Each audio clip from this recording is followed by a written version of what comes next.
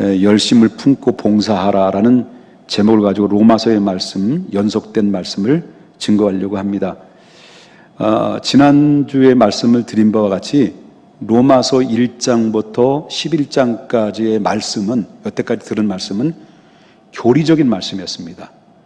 교리적인 말씀은 마치 건물을 짓기 위해서 기초를, 바닥을 세우고 뼈를 세우는 것과 마찬가지입니다.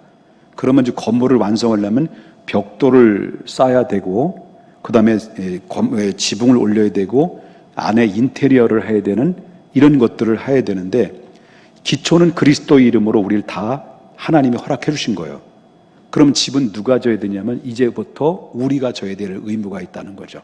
그래서 저는 여러분과 저에게 말씀을 통해서 우리는 믿음으로 구원받은 사람들입니다. 믿습니까? 그럼 믿음으로 구원받아서 하나님의 자녀가 되는데 이 모든 것들이 다 내가 한 걸까요? 하나님이 하셨을까요? 하나님이 하신 겁니다. 그래서 우리가 가지고 뭡니까? 값없이 주시는 은혜다라는 거죠.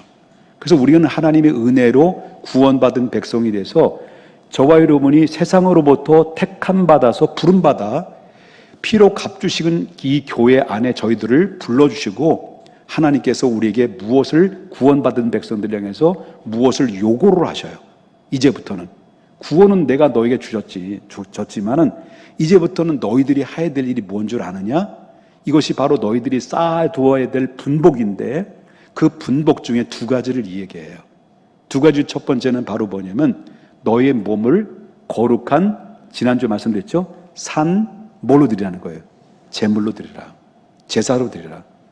다시 말한다면 하나님의 은혜로 구원받은 백성들이 이제부터는 우리 차례로서 하나님 앞에 올려드려야 될 기본적인 자세 중에 첫 번째는 은혜에 대한 보답적인 행위라 바로 예배라는 겁니다. 하나님은 영이시니 예배하는 자가 영과 진리로 예배할지니 하나님은 이와 같은 자를 찾으신다고 그랬습니다. 그럼 이 찾으심의 대상은 하나님의 지독한 사랑으로 구원받은 백성들이 바로 하나님 앞에 예배를 드리기를 원하시는 자요. 그 원하시는 그 한 사람인 사람이 바로 저와 여러분이 그 대상자로 하나님께로부터 부름받았고 지목됐다, 콜링받았다라는 것을 우리가 보게 된다라고 하는 것입니다. 믿으시면 아멘 하십시다. 그런데 두 번째는 우리가 구원받은 자로서 마땅히 하나님 앞에 돌려드려야 될 것은 거룩한 너의 몸을 거룩한 산제물로 드려라. 두 번째는 바로 하나님을 섬기고 이웃을 섬기라는 겁니다. 하나님을 섬기고 이웃을 섬기라고 하는데, 그러면 하나님을 섬기고 이웃을 섬긴다는 것이 뭐냐 할 때, 하나님을 섬긴다는 의미는 뭐를 섬기는 것이냐면 교회를 섬기는 것과 같다라고 하는 것입니다. 그렇다면 우리가 섬김에 있어서 우리가 우선순위가 뭐냐, 교회를 섬기는데 우선순위가 뭐냐 할 때, 아까도 말했지만 두 번째 말씀이 뭡니까? 하나님을 섬기고, 다시 말한다면 교회를 섬기고 이웃을 섬기라고 그랬습니다. 그러면 바로 우선순위로 말한다고 한다면 이웃이 먼저입니까? 교회가 먼저입니까? 그렇습니다. 교회가 먼저라는 겁니다. 교회가 빠진 상태 속에서 이웃을 사랑하고 이웃을 섬기는 것은, 이거는 박애주의 사상입니다. 이건 윤리적인 사상입니다. 그렇지만 바로 교회를 사랑하고 그 다음에 이웃을 사랑하는 것은, 이건 그리스도의 사랑이 들어있는 겁니다. 그렇기 때문에 교회가 먼저냐 이웃이 먼저냐라고 할 때, 교회가 빠진 상태 속에서 이웃을 섬긴다는 것은 그거는 박애주의적인 사상이라고 한다면, 바로 교회와 함께 더불어 그리스도를 믿고 사랑하는 마음으로 이웃을 섬긴다는 것은, 이거는 아가페적인 사랑으로서 온전한 사랑이라고 볼 수 있습니다. 하나님이 이 봉사를 원하는 거예요. 그러면 여러분 알다시피 지난 다니엘 기도회에서, 21일 다니엘 기도회에서 한 목사님으로부터 들었던 그 메시지를 듣고 제가 너무 많은 것을 감동을 받았는데, 다 아는 얘기지만 저와 여러분 이런 얘기를 했죠. 좀 참고 삼아 말씀드립니다만은, 적용해서 말씀드리면 우리는 다 예수 믿는 사람들이죠. 저와 여러분이 이 자리에 함께 앉아있는 여러분들은 다 누구를 사랑하십니까? 예수님을 사랑하시죠? 예수님을 다 사랑하실 겁니다.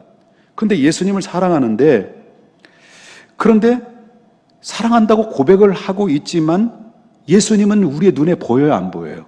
안 보인다는 거죠. 눈에 안 보이는 예수님을 어떻게 사랑할 수 있을까라고 하는 겁니다. 그래서 예수님께서 눈에 안 보이시는 그 예수님을 사랑하는 방법을 보여줬다라고 그랬죠. 방법을 보여주는데, 그런데 이 성경에 보니까 에베소서 1장 23절에 뭐라고 하냐? 교회가 뭐냐? 교회가 뭐냐? 교회가 뭐라고 그랬습니까?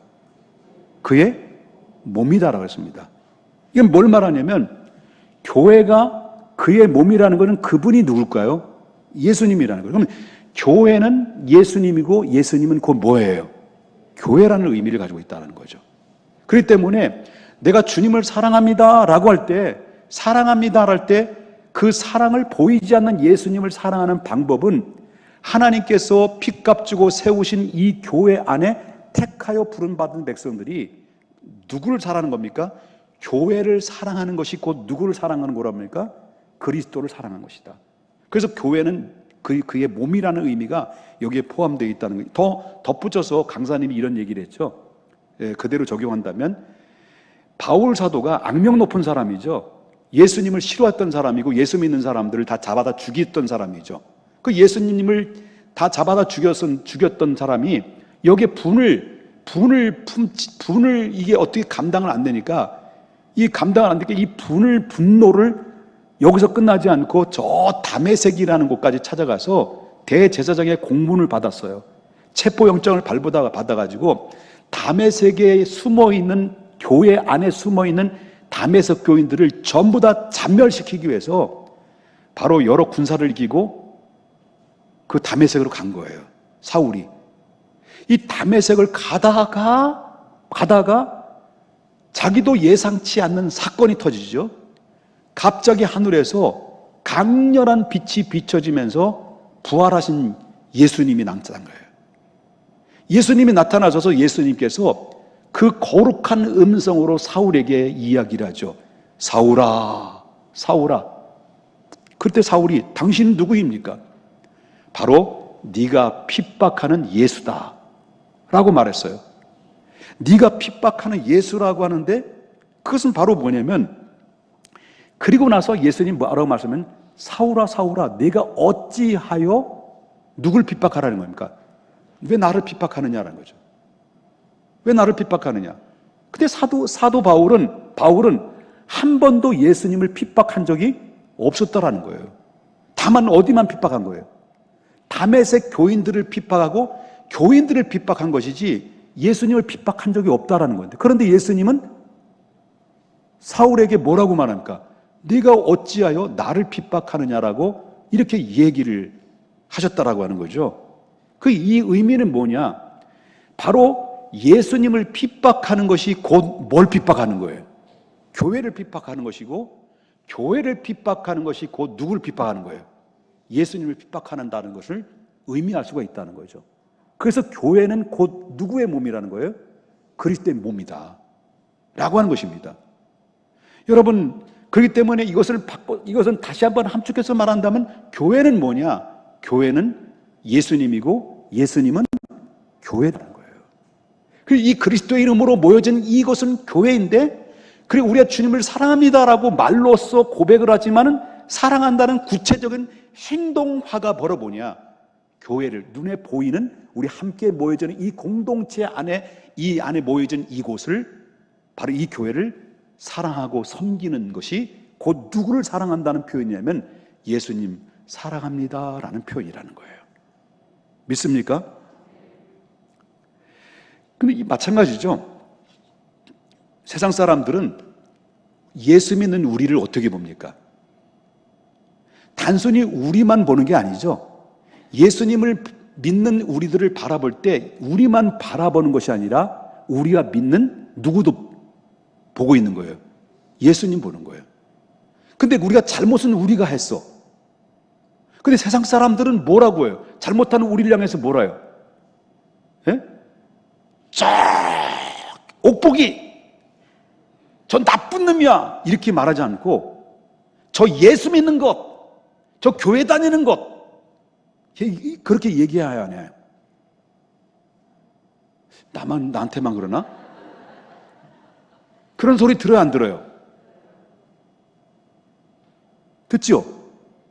저 예수 믿는 것들이 왜 저래? 저 예수 믿는 것, 교회 다니는 것들이 왜 그래? 이런 소리를 듣는데 여러분 보세요. 불교인들은 뭐 죄 안 짓나? 죄 짓죠? 절을 안 다녀서 몰라? 불교인들은 죄 짓죠? 불교인들은 죄를 짓는데 세상 사람들은 저 부처 믿는 것들이 왜 그래? 저 불교 믿는 것들이 왜 그래? 이렇게 들어요, 안 들어요? 들었어요, 못 들었어요? 한 번도 들은 적이 없어요. 왜 그러냐? 기독교는 왜 이런 일을 들으냐면 바로 우리 믿는 그리스도인들은 그리스도의 몸이요, 지체요, 교회가 곧 그리스도인이요, 그리스도인이 곧 교회요, 교회가 곧 예수님의 몸이요, 예수님의 몸이 곧 교회이기 때문에 이걸 가지고 뭐라고 말하냐면 생명의 유기체이기 때문에 그렇다는 거예요. 생명의 유기체. 진리가 그 안에 생명이 있는 생명의 유기체가 있기 때문에 그러한 모든 세상 사람들이 바라보는 가운데서도 그런 안목으로 보는 것이 진리가 있고 생명의 유기체로 연결돼서 그리스도의 몸과 지체로 붙어있는 유기적인 관계를 가지고 있기 때문에 그렇습니다. 이럴 때 다른 교회 가서 교회에서 설교하면 아멘 막 하는데 우리 교회들은 입 딱 다물어요. 끝까지 얘기해. 아멘 안 하는 거 봐. 하여튼 우리 교인들은 고집도 무지하게 있어요. 지금 아멘 하면 나 삐져서 듣지도 않아요. 이해되셨습니까, 여러분요? 그렇습니다. 그러므로 우리 예수님을 사랑한다고 하면서 교회를 사랑하지 않으면 예수님을 사랑하는 게 아니에요. 교회를 사랑한다고 하면서 사랑한다는 말을 하지만은 실질적으로 사랑하지 않으면 예수님 사랑하는 것이 아닌 것처럼 그와 같이 예수님과 우리와는 끊을래야 끊을 수 없는 생명의 유기적인 관계를 가지고 있다. 생명적 유기적인 관계. 이걸 잊어서는 절대로 안 된다. 그러므로 우리는 절대적으로 앞으로 주님 오실 그날 때까지 하나님의 사랑의 포로가 된 사람들은 주님 오시는 그날 때까지 이거 잊지 말자. 우리는 생명의 유기체로서 지체의식을 가져라. 그 지체의식을 가져야 되는데 그 지체의식을 가져야 되는 것처럼 지체의식에 있어서 지체의미가 뭐냐, 이걸 우리가 먼저 지체의식을 갖기 위해서는 이거부터 깨달아야 된다. 지체의미가 뭐냐, 그 첫 번째는 여기에는 사랑의 은사가 들어있어요. 다시 말한다면 은사적 의미가 들어있다는 거예요. 그러면 우리가 구원받은 백성들이 이 땅에 사는 날 동안 여러분들에게 맡겨주신 거 있다는 거예요. 다시 물어보겠습니다. 여러분 다시 한번 진지하게 여러분 물어볼 테니까 여러분들 진지하게 대답을 해주셨습니까? 뭐 살기 싫고 막 귀찮으면 다 귀찮으면 얘기 안 해도 돼요. 물어보겠습니다. 여러분 구원 받으셨어요? 여러분은 여러분에게는 예수님이 누구이실까요? 여러분이 이렇게 고백이 될까지 내 능력일까요? 너가 아니라 하늘에 계신 너희 천부께서 이거를 알게 됐다고 말씀하셨죠? 그러면 이것은 다 누가 하신 거예요? 그래서 로마서 8장에 내가 이 자리에 오기까지는 하나님이 나를 향해서 무슨 지독한 사랑으로 나에게 뭘 해주셨기 때문에 가능했다는 거예요. 5가지 아시고, 아신 나를 정하시고, 정하신 나를 부르시고, 부르신 나를 의롭다 하시고, 의롭다는 나를 영화롭게. 그래서 누구든지 그리스도 안에 있는 자는 결코 정죄함이 없나니, 누구든지 그리스도 안에 있는 자는 결코 정죄함이 없나니, 생명의 성령의 법에서 죄와 사망의 법에서 우리를 해방했다. 누가 그리스도의 사랑을 끊을 수 있느냐? 누가 하나님이 우리에게 허락하신 이 유기적인 생명의 공급 주셨던 이 관계를 누가 끊을 수 있냐?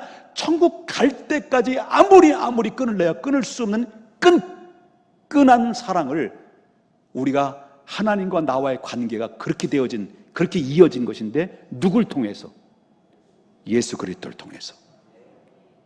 하나님 우리를 그렇게 만드셨다는 거예요. 내가 보잘것없다고요? 천만에. 이제는 우리부터는 자존감을 높여야 돼요. 여러분, 사람이 나를 불러준 게 아니에요. 하나님이 나를 택해 주신 거예요. 그 하나님은 천지를 지으신 분이에요. 전능하신 하나님이에요.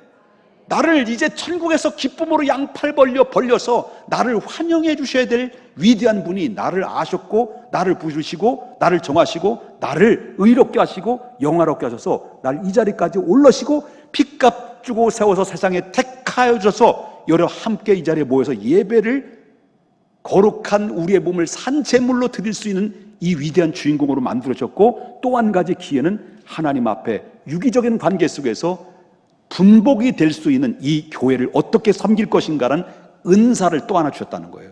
구원의 은총을 줬지만 또 다른 구원받은 사람에게 한 가지 더 선물을 줬다고 한다면 그건 바로 은사다라고 하는 것입니다. 은사는 고린도 전서에 보면 무엇을 통해 주셨다는 거죠? 성령을 통해서 주셨다는 거예요. 그렇기 때문에 우리 믿는 사람들이 중요하게 생각해야 될 과제가 뭐냐? 그러므로 우리가 남은 일생을 이 땅에 살아가면서 정말 분복을 쌓으며 복된 삶의 자리에서 내가 잘 심음으로 말미암아 나뿐만 아니라 내 후대들에게 아름다운 족적을 남기고 복의 근원으로서 복이 될 수 있는 길이 뭐냐 할 때, 내 은사를, 내가 받은 은사를 교회에서 아낌없이 쏟아붓는 거예요. 그게 복이에요. 그게 복이라는 거예요.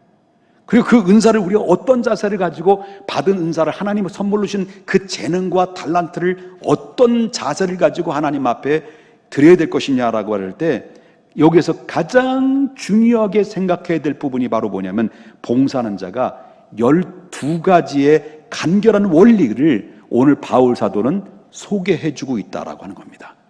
그럼 12가지, 지금까지 설교한 것만 해도 상당히 길었는데 12가지 언제 끝나냐? 끝나요. 오늘까지 끝납니다. 그 12가지를 좀 희소식이라고 말한다면 줄이는 거죠. 12가지를 4가지를 묶어서 원리를 말한다고 한다면, 첫 번째는요, 언제 끝나지? 사랑으로 봉사하라는 겁니다. 사랑으로. 교회 봉사할 때 뭐로 봉사하라고요? 사랑으로 봉사하라. 자, 9절 보겠습니다. 9절. 다 같이 한번 읽어볼까요? 사랑에는 뭐가 없나니? 거짓이 없느니 악을 미워하고 선에 속하라. 여러분, 미국의 유명한 심리학자 에릭 프롬이라는 사람이 있어요. 이 사람이 뭐라고 말하냐면, 사랑의 본질에는 2가지가 있다. 하나는 성숙하지 못한 사랑과 성숙한 사랑이 있다. 그 성숙하지 못한 사랑은 그대가 필요하기 때문에 그대를 사랑한다는 거예요. 근데 성숙한 사랑은 내가 사랑하기 때문에 당신이 필요하다는 거예요. 이게 차이예요. 비슷한 것 같지만 차이가 있다는 거죠. 한마디로 말한다면, 성숙하지 못한 사람은 나를 위한 사랑이고, 성숙한 사랑은 너를 위한 사랑이다라는 거예요. 이타적이라는 거죠. 그렇기 때문에 이 사랑이라는 것은 바로 뭐냐면, 참된 사랑이라는 특성이 있어요. 여기 참된 사랑을 얘기하는데 특성이 있어요. 그 특성 중에 참된 사랑은 9절에 뭐가 없다라고 했죠? 9절에 거짓이 없다고 했습니다. 이것이 바로 사랑의 표준이에요. 사랑은 거짓이 없다는 거예요. 그래서 여러분, 오늘 아까도 읽었던 말씀처럼 9절에 사랑은 거짓이 없다라고 하는데, 이 사랑이라는 이 말은 바로 용어가, 여러 단어와 용어를 사용하고 있는데, 기독교적 용어를 사용한다면 그 사랑이 어떤 사랑을 말할까요? 히랍어로 아가페라는 사랑을 많이 들어보셨죠? 아가페라는 사랑이죠. 여기 아가페라는 것의 그 내용이 뭐냐? 거짓이 없다는 얘기예요. 아가페가 거짓이 없다. 다시 말은 다른 말로 바꿔서 말한다면 외식이 없다, 그런 얘기를 하고 있어요. 그러니까 외식이라는 게 뭐냐? 그러면 외식이라는 게 뭐냐면, 가면을 얼굴로 가리고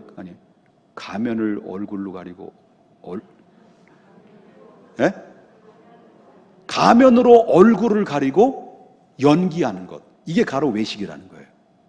이게. 그러니까 참된 사랑은 결코 일회용적인 이 연극이 아니라는 거예요. 이게 참된 사랑은. 그래서 여러분, 사랑이라는 것은 뭐냐면 이거는 일관성이 있는 사랑, 변하지 않는 사랑, 이게 얼마나 중요한가라는 것을 우리가 보게 된다는 거죠. 그래서 거짓 없는 사랑, 이 외식이라는 것을 굉장히 우리는 외식은 경멸해야 돼요. 항상 우리는 이걸 경계를 하면서 신앙생활을 해야 된다는 거죠. 일부 예배 때도 미안한 얘기입니다. 우리 교회 교역자들은 절대 그런 분들은 아니에요. 오해하지 마세요. 오래전에 저희 교회에서 함께 사역을 했던 한 전사님이 계셨는데, 전사님 재능도 많아, 설교도 잘해, 그 키도 크고 잘생겼어, 성품도 그런 대로 조사해보면 다 나와. 그런데 제가 이렇게 가끔마다 이렇게 보면 실망스러운 이들이 눈에 보이는 거예요. 전사님이 아이들을 이끌고 리더해줘야 되고 사랑하고 보듬어줘야 되는데, 그런데 예배 시간에 설교를 안 듣는 거예요. 설교를 안 들어. 그리고 또 한 가지, 부흥회를 했는데 제가 3박 4일 동안 부흥회를 하거든요. 근데 교회를 짓기 전에 저 옛날 교회에 방송실이 요만한 자리에 있어요. 방송실을 보면서 설교를 안 듣는 거예요. 내가 옆에 이렇게 주시면 봤어요. 근데 이걸 들고 있는 거예요. 이걸 들면서 뭘 보면 게임을 하고 있는 거예요. 부흥 강사가 설교를 하는데 그 시간에 게임을 하고 있다는 거예요. 나는 정말 상상할 수 없는, 내 입장에서 그때 당시는 정말 상상할 수 없는 일이 벌어진 거예요. 내가 이해할 수 없는 거예요. 내가 너무 거룩해가지고요.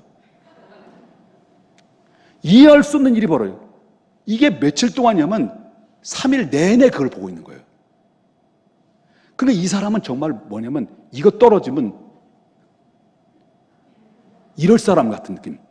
근데 내가 옆에 봤는데도 몰라 지금 뭘 하고 있는지. 야, 그리고 나서 얼마나 화가 나는지.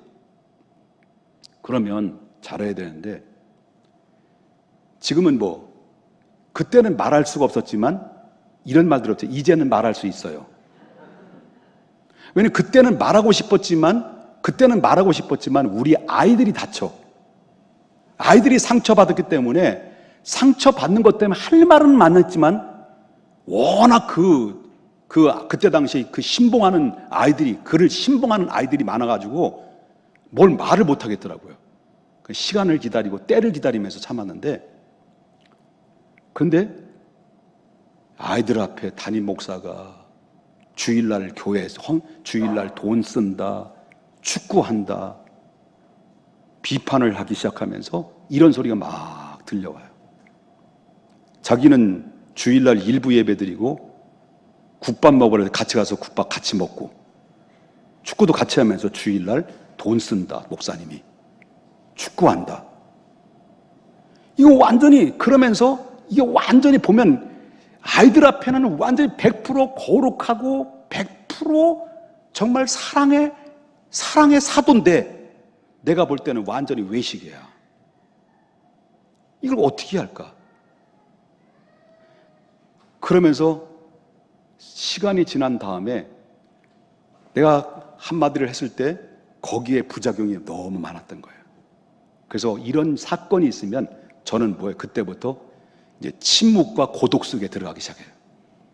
긴 세월이 약이겠지요. 세월이 약이. 내 왜 이래? 침묵을 좀. 그러다가 나중에 사임을 했는데도 불구하고 계속 교회 주변에 맴맹 돌면서 평택중학교 나쁘다고. 시간이 지나니까 알겠지, 주님 아시겠지요. 그런데 우리 학생들이 점점 시간이 지나면서 침묵을 지키며 기다려왔던 내 마음을, 진심을 알아준 거예요. 그리고 이 자리에 같이 함께 있는 거예요. 얼마나 고마운지, 그 진심을 알아주는 것이 고마운지. 여러분, 뭘 의미하냐면 사랑은 말로 하는 게 아니라는 거예요. 사랑은 행동으로 하는 거예요. 사랑에는 거짓이 없는 거예요. 이거는 바로 포장된 사랑은 어느 정도의 사람의 인기를 얻고 사람들이 호응을 얻을 수 있을지 모르지만 어느 순간에 그 사랑에 거짓에 포장된 것이 하나씩 풀려지게 되면 그 진위가 드러나게 돼 있어요. 그래서 우리 믿음의 앞에서 인도하는 사람들은, 앞에서 말씀을 인도하거나 어떤 중직을 맡아서 교회의 일을 감당하는 사람들은 첫 번째도 진실이고 두 번째도 진실이고 세 번째도 변치 않는 진실이에요. 부족함이 있어도 변치 않는 사랑, 거짓없는 사랑으로 끊임없이 그 길을 걸어갈 때 주님이 그를 세워주시고 진리를 드러내서 판가름하시는 것은 우리가 하는 것이 아니라 하나님이 하시는 거예요. 교회의 진정한 봉사는 뭐냐? 진정한 사랑은 뭐냐? 일관성 있는 사람이에요. 변함이 없는 사람이에요. 우리 교회에서 여기 함께 근데 오늘 왜 이렇게 많이 오신 거예요? 1.5단계인데 너무 많이 오셨네. 좀 떨어졌지. 우리 교회가 30년 넘었잖아요. 제가 30년이 넘도록 저도 한 교회에서 교회를 지켜왔는데, 저는 지금도 여러분 다 소중하지만, 죄송합니다. 용서하고 들어주십시오. 개척교회 초창기 때부터 저와 함께 신앙생활하고 온 분들이 지금도 계셔요. 초창기 때부터. 이분들이 교회를 같이 신앙생활하면서 교회를 떠나고 싶은 마음이 있었을까 없었을까요? 많았겠지. 예? 우리 교회 한 교회에서 신앙생활 얼마나 지루해. 나도 지루해 떠나려고 그랬었는데. 예? 얼마나 지루할까. 근데 한 교회에서 끝까지 비가 오나 눈이 오나 바람이 부나. 내가 왜 이러는지 모르겠네. 이 주님이 가신 건지 오신 건지. 변치 않고 그 자리에 일관성 있게 끝까지 지켜온 소중한 분들이 있었기 때문에 이 저희가 든든히 서 있는 그런 뚝배기 장만 나는 그런 교회가 됐다. 저는 그거 믿고 있어요. 일일이 한 분마다 찾아가서 인사를 드려야 되는 것이 마땅한 도리이지만 이 자리에 빌어서 대단히 감사하고 고맙다는 말로 표현합니다.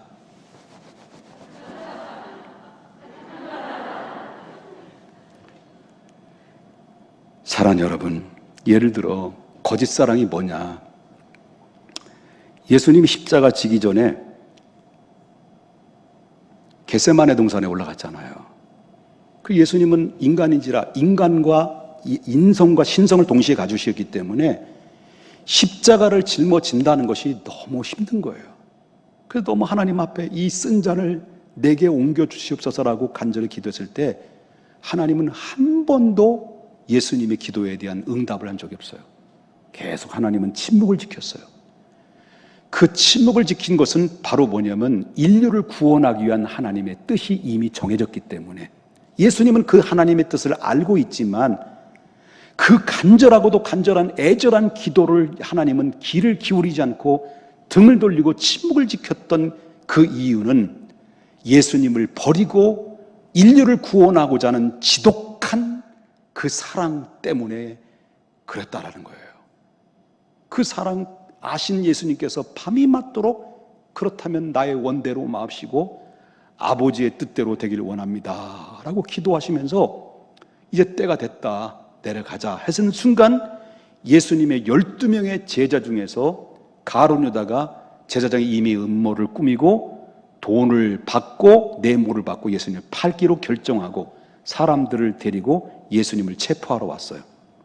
그때 체포하러 왔을 때 가룟 유다가 그 얼굴이 상상이 되죠. 가룟 유다는 예수님 앞에 다가오더니 살짝 미소를 지으면서, 제가 본 적도 없지만 그랬을 것 같아요. 살짝 미소를 지으면서, 그러면서 랍비요 안녕하십니까 라고 예수님의 볼에다가 딱 키스를 하죠. 입을 맞추죠. 그때 당시의 사람과 그때 당시 유대 사회는 얼굴과 얼굴에 볼을 맞춘다라고 하는 것은 나는 당신을 좋아하고 사랑합니다, 그런 의미예요. 제스처예요. 그런데 이 가룟유다의 예수님을 향한 입맞춤이라고 하는 것은 그건 사랑이라고 말할 수 없는 거죠. 거기에 뭐가 들어있습니까? 불순의 동기가 들어있는 거예요. 불순의 동기. 그의 마음에 거짓이 들어있다는 거예요. 거짓으로 입맞춤으로 말미암아 예수님을 팔아넘겼어요. 사랑은 말로는 했지만은 그러나 그 마음에 거짓 없는 사랑이냐 불순의 동기에 의해서 이루어지는 행동이냐 할 때 사랑으로 포장은 했지만은 가룟유다는 불순의 동기였다. 사랑은 동기가 순수해야 됩니다. 동기가 순수하지 못한 상태 속에 봉사하게 되면 바로 오히려 교회에 큰 해악이 되고 어려움을 주게 되는 일이 벌어지게 된다라고 하는 것입니다. 4가지가 있었거든요. 오늘은 여기까지. 하나만 기억하십시다. 우리는 하나님의 은혜로 다 받은 사람들입니다. 이제 받은 사람이 이제 하나님 앞에 올려드리고 돌려드려야 할 것 중에 2가지인데 첫 번째는 뭐라 습니까? 우리의 몸을 거룩한 산제물로 드리라. 하나님은 이와 같은 자를 찾으신다. 하나님 예배하는 자를 찾으신다는 거죠. 그 다음에 2번째는 하나님이 우리에게 구원의 은총만 주신 것이 아니라 또 다른 하나님의 은사를 줬는데, 선물로 주는데 은사인데 성령을 통해서 각자의 필요에 따라서 은사를 줬는데 그 은사를 통해서 하나님의 교회를 보이지 않는 하나님을 사랑한다면 그 보이지 않는 것을 보여지는 이 교회 안에 교회에서 섬기는 일에 네가 아낌없이 그 헌신하고 봉사하라. 그 재능으로. 그런데 여기에는 뭐가 들어있다는 거죠? 사랑이 들어있어야 된다. 사랑은 어떤 사랑으로? 어떤 사랑으로? 거짓말 사랑? 외식하는 사랑? 그게 아니라 거짓 없는 사랑으로. 이제 9절 말씀을 다시 한번 읽어보고 마치겠습니다. 다 같이 한번 큰 목소리로 읽겠습니다. 시작. 사랑에는 거짓이 없느니 악을 미워하고 선에 속하라. 그 다음 구절에 또 있죠. 다음 구 10절에 시작. 사랑하여 서로 우애하고 존경하기를 서로 먼저 하며 11절에 부지런하게 게으르지 말고 열심을 품고 주를 섬기라. 이것이 우리가 각자가 받은 달란트 안에 우리가 주님 오실 때까지 심고 심을 때 하나님 기쁨으로 단을 걷어들이는 놀라운 축복이 여러분 세대뿐만 아니라 다음 세대까지 계속 대물림이 이루어지게 될 것이고 앞으로 모든 악의 뿌리, 쓴 뿌리를 다 뽑아내시고 우리 대부터 하나님의 내주신 축복의 그런 분복을 받아서 땅의 복과 하늘의 복을 공시에 받는 하나님 위대한 주인공들이 다 될 수 있기를 주님의 이름으로 축원합니다. 기도합니다.